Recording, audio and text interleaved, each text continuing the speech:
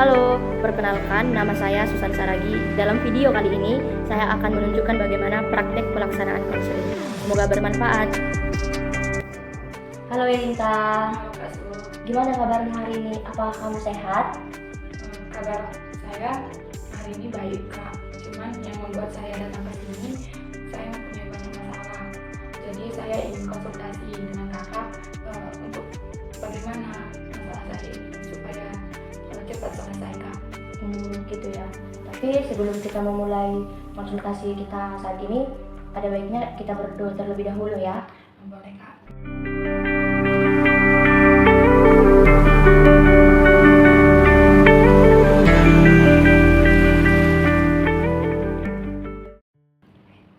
Oke, jadi seperti yang udah Elinta katakan tadi, bahwasanya Elinta saat ini sedang memiliki banyak pergumulan.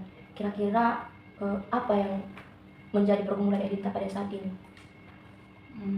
Yang menjadi pergumulan saya saat ini Kak, saya sekarang orangnya selalu berpikir negatif untuk kedepannya gitu kan. Jadi apapun nanti yang akan datang, saya udah memikirkannya itu untuk buruk. Apakah saya bisa menjalankannya gitu. Begitu juga dengan masalah di dalam keluarga yang saya alami Kak. Saya merasa saya itu kurang didengarkan di dalam keluarga. Saya merasa saya orangnya itu tidak ada tempat bercerita. Semua sibuk dengan keadaannya masing-masing Kak. Begitu juga dengan permasalahan kuliah yang saya alami, dengan pertemanan saya, dengan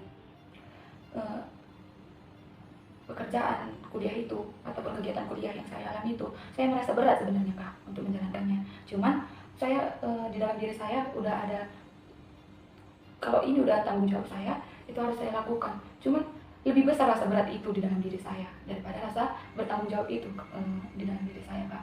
Jadi bagaimana solusi yang dapat Kakak bantu untuk saya menjalankan kehidupan saya Kak?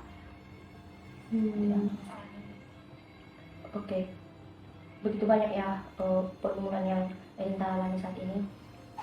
Tapi perlu kita garis bawahi tentang berpikir negatif itu tadi. Apa sebenarnya yang mendorong Elinta sehingga sering berpikir negatif? Mungkin berpikir negatif untuk kedepannya itu Kak, yang membuat saya begitu karena adanya sebenarnya faktornya. Karena sebelum itu saya udah merasa kekecewaan. Jadi misalnya sebelum pokoknya ada suatu kegiatan gitu kan Kak, jadi saya udah menyerah duluan. Nggak bisa ini yang saya lakukan, nggak mungkin saya bisa melakukan ini gitu. Karena ada kecewa sebenarnya yang saya alami Kak. Berarti dari pengalaman Elinta tadi, Elinta menunjukkan bahwasannya Elinta kurang percaya diri ya. Gampang menyerah dengan hal yang belum kamu kerjakan gitu. Kakak mau bertanya, selama kamu berada di posisi itu, apakah kamu nyaman dengan posisi itu? Sebenarnya tidak Kak, karena ini membuat saya lemah terus menerus, tidak ada kemajuan. Jadi saya ingin keluar dari rasa gampang menyerah saya ini Kak. Makanya saya datang untuk bagaimana pemecahan masalahnya, bagaimana yang harus saya lakukan untuk kedepannya gitu. Gitu ya. Berarti selama ini Elinta tidak nyaman dengan rasa kurang percaya diri dan juga berpikir negatif gitu ya.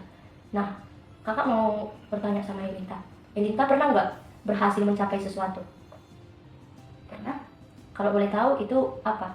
Oke, yang ini menurut saya ketika saya belajar CD, saya mempunyai ketertarikan untuk memahami pelajaran CD itu, sehingga saya mendapatkan juara 2. Di saat pembagian juara itu, saya tidak merasa kok bisa saya dapatkan reward itu, juara itu kepada saya gitu kan. Padahal saya senang melakukan kegiatan itu tadi. Gitu ya. Ketika Elinta mendapatkan pencapaian itu, gimana perasaan Elinta? Kalau perasaan saya itu Kak, senang, bahkan melebihi, karena terkejut aja. Karena saya merasa ya begini, saya nggak mungkin dapat hadiah itu, nggak mungkin dapat kejutan itu gitu kan. Karena apapun yang saya lakukan pasti ada kekecewaan terus menerus di dalam diri saya gitu kan. Jadi senanglah apapun tentang hadiah itu tadi kak, pencapaian itu. Oke, bagus. Menurut kakak juga itu udah suatu pencapaian yang luar biasa, karena tidak semua orang bisa mendapatkan pencapaian itu. Nah, yang berikutnya itu perlu Elinta sadari bahwasannya kau berhasil mencapai itu ketika kau menyenangi Pencapaian itu.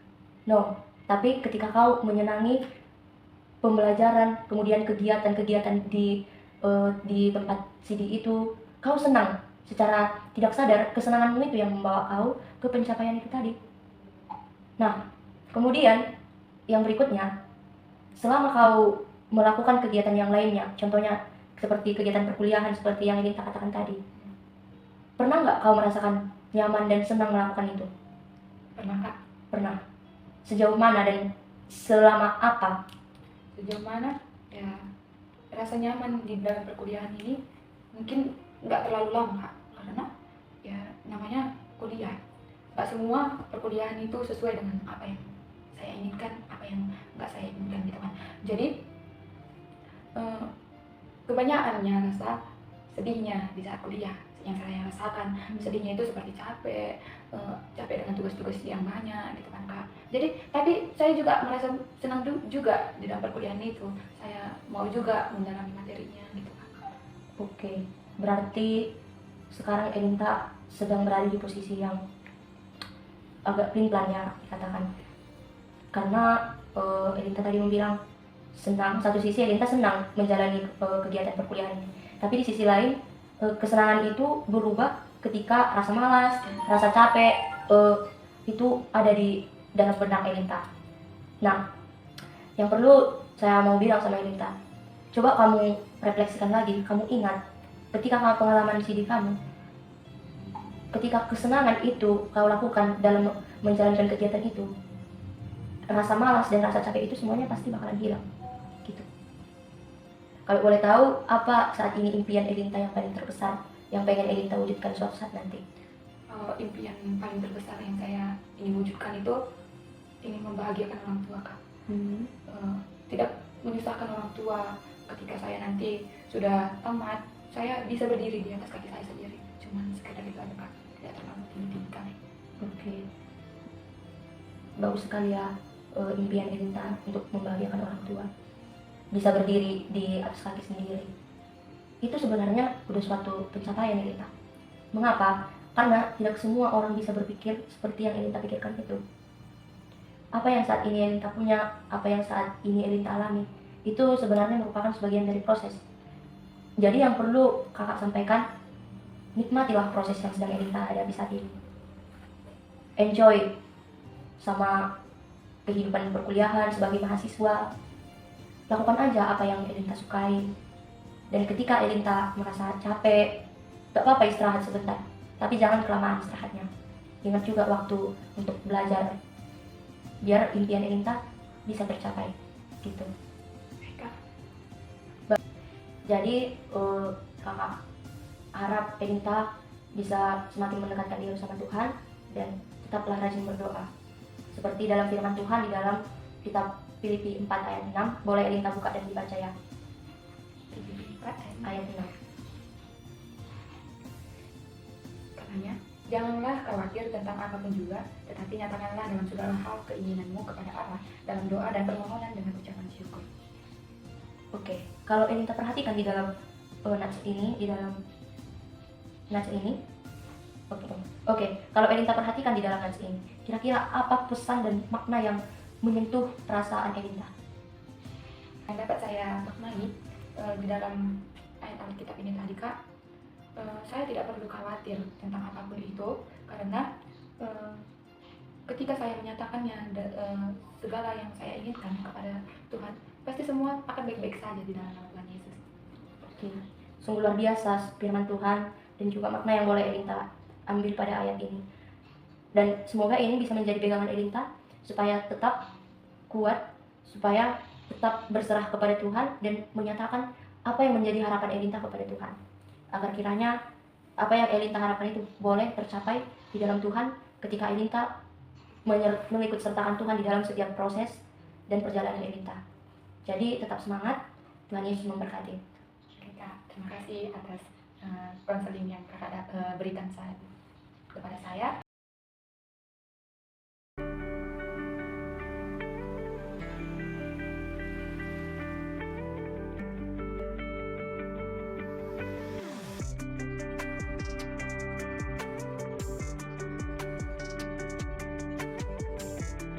Oke, demikianlah video praktek konseling yang saya lakukan. Semoga video ini bermanfaat untuk kita semua. Tuhan Yesus memberkati.